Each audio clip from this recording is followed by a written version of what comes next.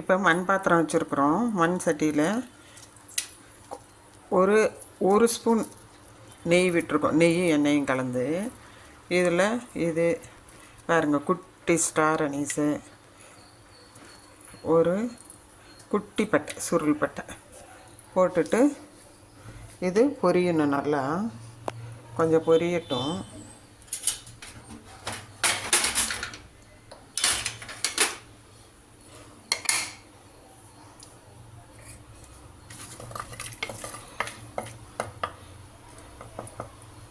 மண்பானைங்கிறதுனால சீக்கிரமாக சூடு ஏறிடும்.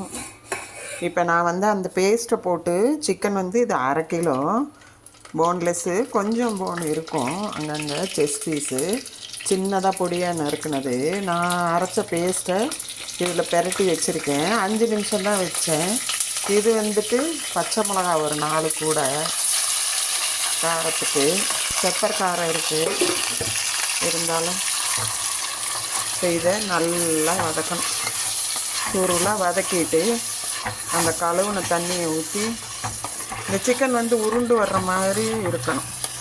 அந்த மாதிரி போட்டுட்டு, வெயில் கடுமையாக இருக்குது பெங்களூர்னு, அதனால் இதுக்கு கொத்தமல்லியும் கருவேப்பிலையும் நிறைய போட்டு, பெப்பர் கொஞ்சமாக போட்டு, இஞ்சி பூண்டு போட்டு செய்கிறோம். வெங்காயம் அரைச்சி போட்டு, வெங்காயம் வதக்கி அரைச்சி போடுறது ஒரு ஸ்டைலு. இது தாளிக்கும் போதே அப்படியே பெசரி வச்சு ஒரு தடவையாக தாளித்து விட்றது. இது ரொம்ப நல்லாயிருக்கும். சாதத்தோடும் ஒத்து போகும். உங்களுக்கு சப்பாத்தி, தோசை எல்லாத்துக்கும் நல்லாயிருக்கும். கொஞ்சம் ட்ரை கிரேவியாக தான் செய்யணும். அதனால் ஆயில் ரொம்ப போடலை.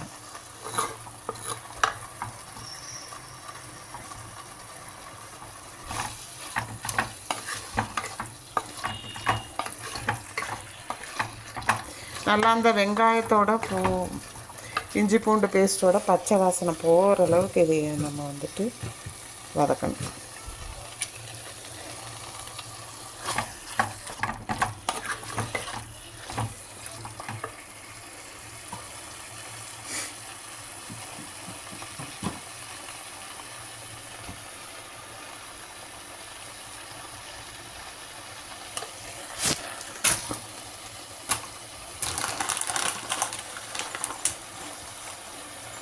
உப்பு இந்த அளவு போடுறோம்.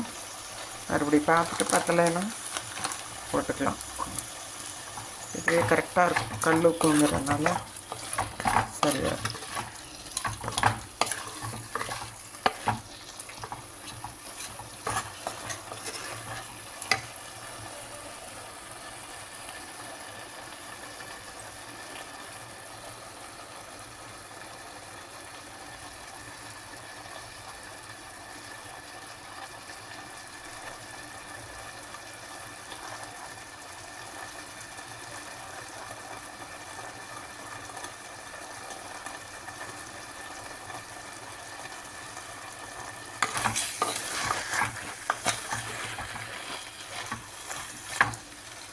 இப்போ பாருங்கள், சின்ன பீஸாக இருந்தாலும் உருண்டையாக இருக்கும்.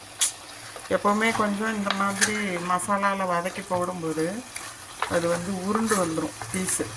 நீங்கள் அப்படியே போடுறத விட. மண் பாத்திரம் வேறு சூடு ஏறிடுச்சுன்னா, சூடு ஏறுற வரையிலும் தான். அதுக்கப்புறம் நல்ல கொதி நிலையிலேயே இருக்கும். இப்போ நம்ம இந்த தண்ணி அரைச்சி வச்சு கழுவுன தண்ணி, மிக்ஸி கழுவுன தண்ணி தான் இதையே ஊற்றுறோம். இந்த அளவு இருக்குது. இப்போ இது நல்லா வெந்து சுண்டி வரும்.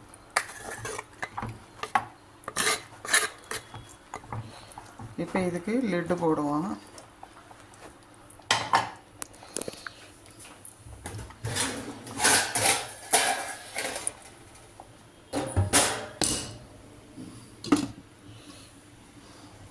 போட்டுட்டு வந்த பிறகு